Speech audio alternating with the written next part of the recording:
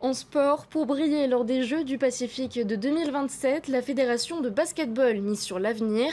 Les meilleurs joueurs des U15, U18 et U23 sont réunis pendant les vacances pour un stage intensif.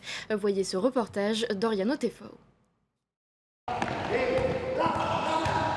Ici, on travaille les séquences de jeu à un rythme intensif.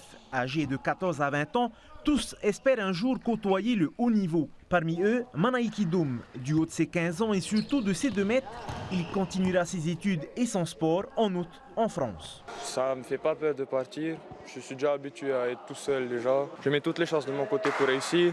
Je m'entraîne souvent. Ce sont pratiquement 70 à 80% des joueurs qui seront dans cette sélection en 2027 et 2032.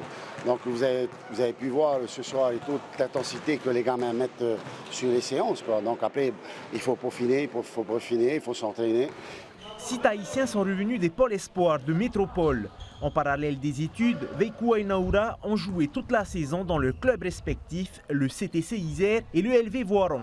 Quand on est arrivé, c'était un peu dur avec l'éloignement des parents, de l'île.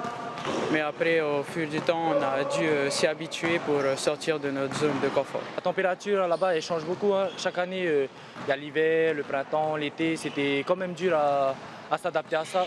Et les entraînements, durant les entraînements, c'était dur quand même aussi au début. Après, on s'est habitué au fil du temps. Et pour les études, c'était quand même compliqué cette année, mais j'ai su faire face à ça. Hein. Ils viennent avec une maturité en plus, avec une progression et puis surtout des comportements de grands garçons, quoi. Et là, c'est important. Donc voilà, en un an, ils ont bien changé. Et c'est de bon augure d'ailleurs, non seulement pour eux, mais en plus pour notre basket, quoi. 2 heures d'entraînement intensif tous les soirs, malgré la rigueur, la discipline et les sacrifices exigés, l'élite de demain est déterminée à décrocher son rêve.